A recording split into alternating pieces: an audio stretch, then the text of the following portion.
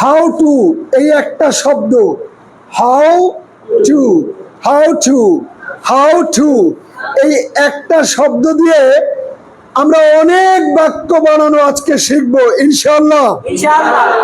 দেখো বাবা, আজকে যদিও আমার কণ্ঠ অত না ভালো, কারণ আমার কণ্ঠ অনেকটাই কি হয়েছে, বসে গেছে, তারপরেও আজকের ক্লাস তোমাদের কেমন লেগেছে? ভালো, অনেক ভালো। এবার আমরা হাউ টু দিয়ে নিয়মটা বুঝে ফেলি। সবাই একটু বোর্ডের দিকে তাকাও, সবাই একটু বোর্ডের দিকে তাকাও। হাউ টু, আচ্ছা দেখো তো, হাউ টু মানে হলো কিভাবে। হাউ টু মানে কি? হাউ টু মানে কি? হাউ টু মানে কি? এবার দেখো, হাউ টু শব্দটার আগে আমি ব্যবহার করব একটা শব্দ, নো। নো মানে জানা, নো মানে কি? জানা। এবার আমি যদি বলি আই নো, আমি জানি। হাউ টু কিভাবে? এবার একটা শব্দ দেই, ভার্ব দেই, রিড। রিড মানে পড়ান, তাই না? আই নো, আমি জানি। হাউ টু রিড, কিভাবে পড়তে হয়। এবার বলি আমি জানি কিভাবে লিখতে হয়। I know how two right, আমি জানি কিভাবে সাঁতার কাটতে হয়।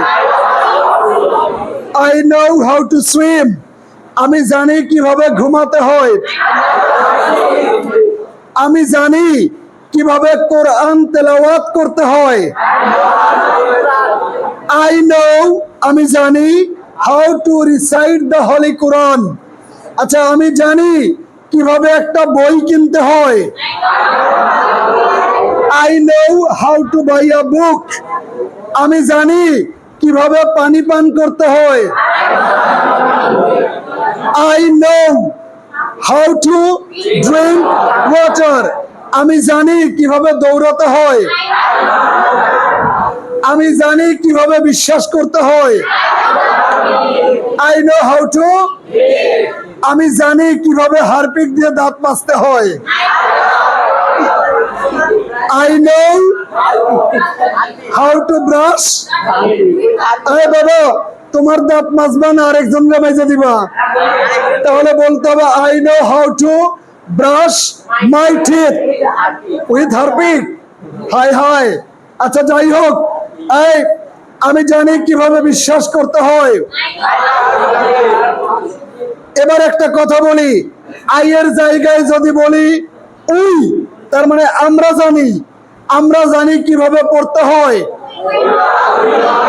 We know how to read, তুমি জানো কিভাবে ঘুমাতে হয়। You know how to sleep, আচ্ছা সে জানে কিভাবে স্কুলে যেতে হয়। নো না, এস যোগ করো, he knows. He knows how to go to school. আচ্ছা, এই তারা জানে কিভাবে ফুটবল খেলতে হয়। They know how to play football. এবার এই নিয়মটা কি সবাই বুঝতে পেরেছো? দেখো দারুণ একটা কথা বলি, বোর্ডের দিকে তাকাও। হাউ টু, এটার অর্থ কিভাবে। আমরা নো ব্যবহার করে নিয়মটা শিখলাম। এইবার হাউ টুর সাথে নো ব্যবহার করব না। আরেকটা নতুন কথা শোনো, নোর পরিবর্তে আমরা শো, শো মানে দেখানো, এইটা ব্যবহার করব। শো মানে কি? আই শো, আমি দেখাই। হাউ টু কিভাবে, রিড পড়তে হয়। I show how to read, আমি দেখাই কিভাবে, বলো আমি দেখাই কিভাবে ঘুমাতে হয়।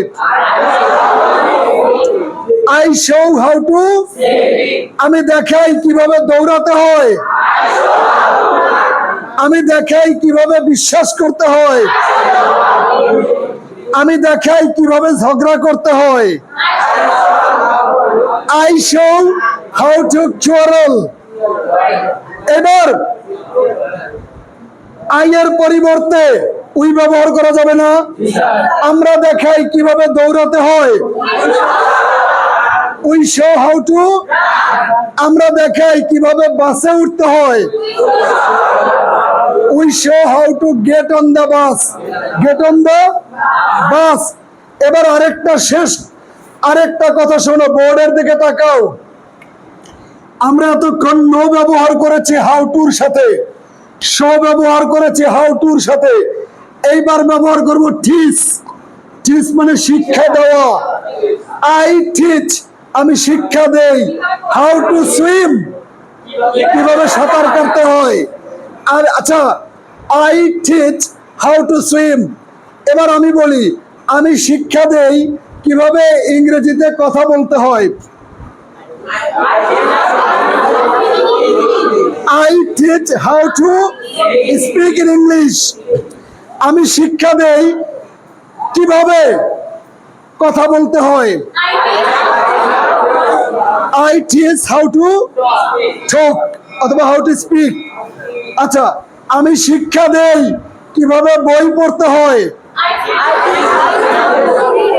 আমি শিক্ষা দেই কিভাবে বই কিনতে হয়। I teach how to buy a book. এবার সবাই আমার কথা শোনো।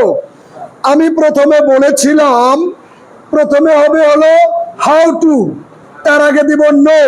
নো মানে জানা। I know how to swim, কিভাবে সাঁতার কাটতে হয় আমি জানি।